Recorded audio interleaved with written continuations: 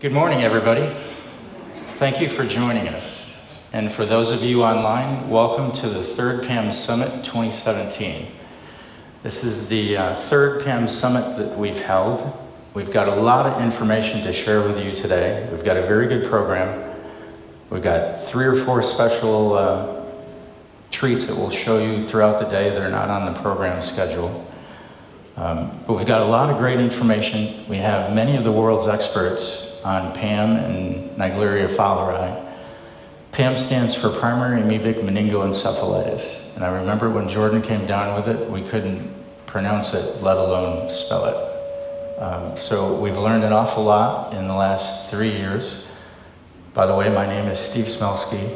I'm president of the Jordan Smelski Foundation, and we're happy to present the PAM Summit with Florida Hospital for Children. My wife Shelley and I lost our son Jordan just over 3 years ago.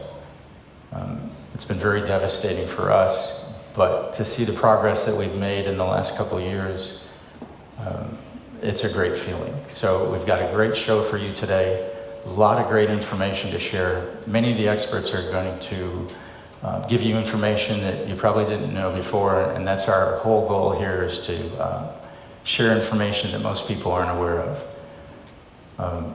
There's very little research done on PAM and Naegleria, and we'll be able to share with you some of the things that our foundation has been doing to change that. We've been trying to fund some information. So during today's program, we're going to have 5 presentations this morning.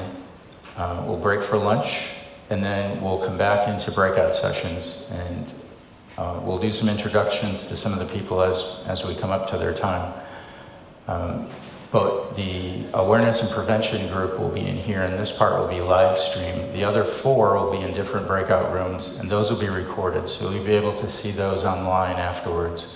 Everything's being recorded today. You'll be able to go back to the website and pick up the information. So we have a very good program, and right now I would like to do an introduction to somebody that's very dear and close to Shelley's and my heart. Dr. Rajan Wadhawan is the Chief Medical Officer for Florida Hospital for Children, and I remember the first meeting we had with him, and he listened to everything that we said, and he's backed us as we've tried to move this information forward, and for that we'll be forever grateful. And Dr. Wadhawan.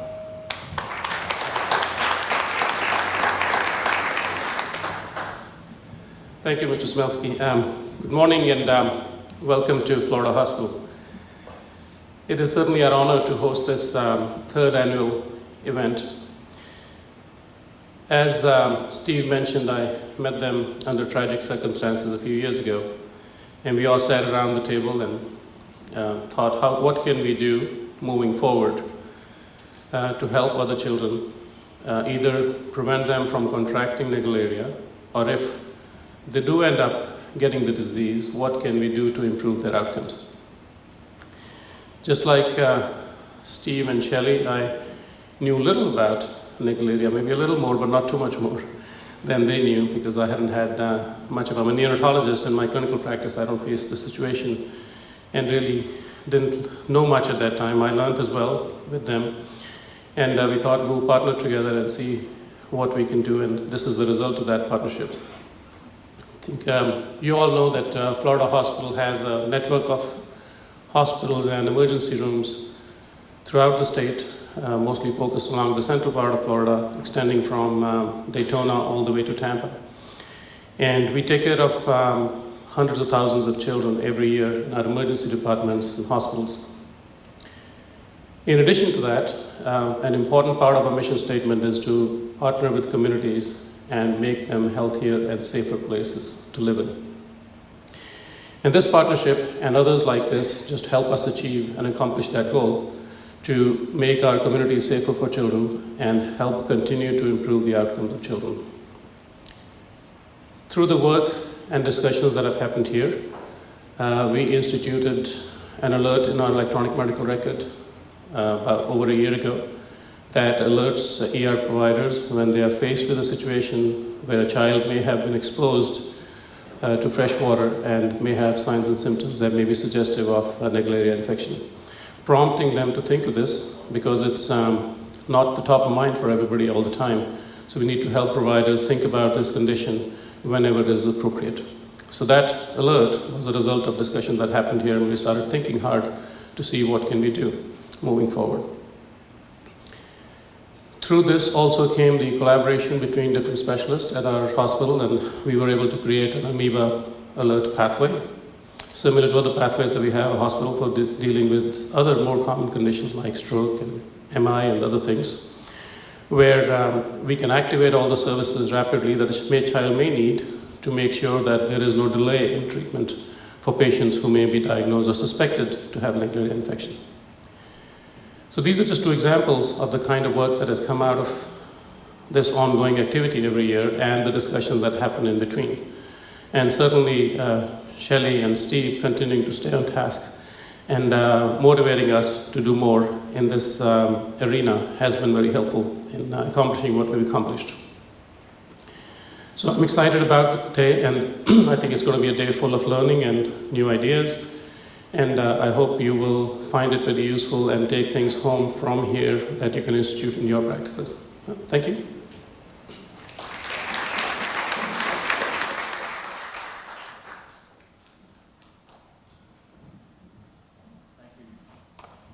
Thank you, Dr. Wadhoan.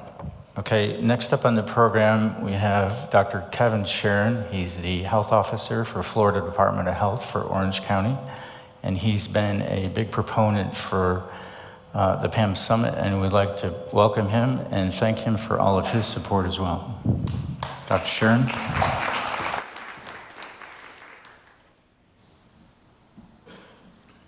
Thank you, Mr. Smelski. It's a pleasure to be here again for the third annual PAM Summit. I've been a part of the three now, and I can say that progress has been made.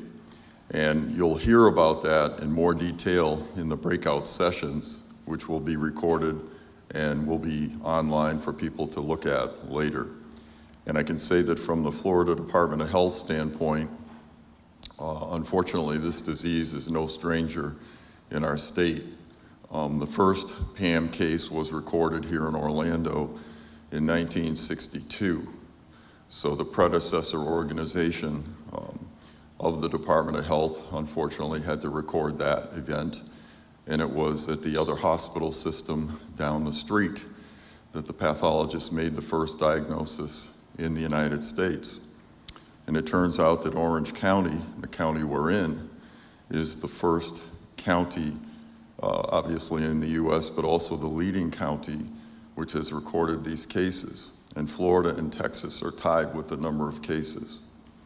So I moved my family here around the time of the hurricanes in '04, and in about 3 years later, I think we had 3 cases of PAM that hit this county that particular year. That was my first encounter with Neisseria fowleri. So it's a very unfortunate disease. It claims the life of young children for the most part, and as you know, it has a very high case fatality rate. So that's what our summit has attempted to address, and we've had great success in the last year with Sebastian that you'll meet today. And what has happened is a result of that first summit, the successes that have happened. I can tell you within the Florida Department of Health, we have addressed it in terms of communication and awareness. And we've done the things with the school districts, notification to parents when children are leaving school at the end of the school year, that this is one of the water hazards that does exist here in Florida. And of course, Florida is not the only state. Just because we've happened to have tuned in on this earlier on, it actually can occur in any US state, we believe. And it occurs anywhere in the world, we believe. So you're going to learn a lot more about this disease. And we think that the major issue for us is to increase awareness in our community so that this does not happen to any more children or young adults. And so we hope that this is the beginning of a trend. What has happened so far in 2017, that we really haven't seen diagnosis of this disease this year. We hope that's a trend that continues.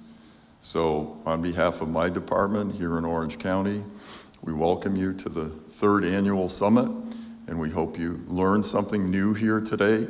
You take it with you, you contribute to this, and that we have a great success coming out of this, and we have forward momentum that continues to raise awareness, not only here in Florida, but throughout the United States. Thank you.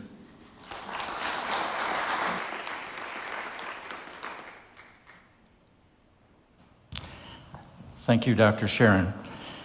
Next, I get to introduce Ms. Donna Walsh, who is the health officer for the Florida Department of Health for Seminole County.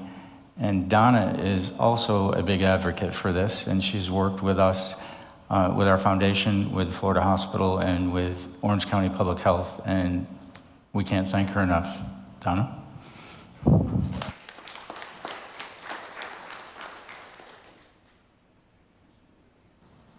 Good morning, everyone. I would echo what Dr. Sharon just said about the public health role in raising awareness about this very devastating disease.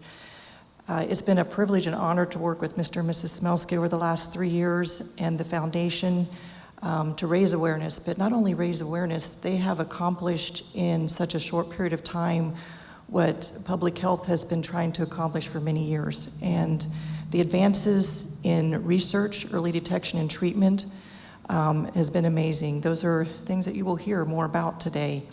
Our hopes are that you will continue to follow this foundation and others like it throughout the country so that you can be part of the solution to prevent this horrific illness from happening to anyone else. And so with that, I'll turn this back over to Mr. Smelski because we do have a very robust agenda for you today and a number of subject matter experts that will share with you the advances for the solution. Thank you.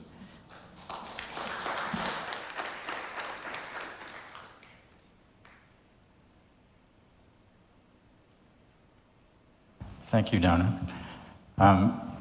We're actually running a little bit ahead of schedule right now, so I wanted to take just a couple minutes.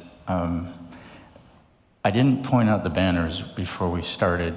This is our son, Jordan. He was 11 and a half when he passed away after we'd taken him on vacation to Costa Rica. But we're not the only family that has gone through a loss from primary amoebic meningoencephalitis. If you look to the other banner that we have, we've called it Our Angels, but there are other families who have had just as tragic a loss as we have. And they volunteered the pictures of their loved ones to have them up here today. And this is only a fraction of the number of cases in the US. So while we're up here talking, we're actually talking for all of the families. Many of them wanted to be here. They're not from Florida and they weren't able to make the trip. But I did want to point out that there are other families affected from this. It's non-discriminatory. It can affect any family. We went on vacation in Costa Rica for the second time and swam at a resort pool. And we didn't know that the pool wasn't safe because it wasn't chlorinated. And it was hot spring water, and we didn't know anything about Naegleria at the time to know that it actually thrived in hot spring water. It didn't actually kill it. So we thought we were safe, and we knew about Naegleria because of the cases that Dr. Sharon had mentioned from Orange County back in 2004, 2005, 2006. So we never let Jordan swim in a lake, and we still lost him. So we just want to say that if it can happen to us, and it can happen to anybody, and that's why we need your help to change this, because now we know that we can actually save people. And you're going to hear from a couple of the experts today, and they've had cases, and we've got survivors, and that's why we're all here, and we need your help to change this.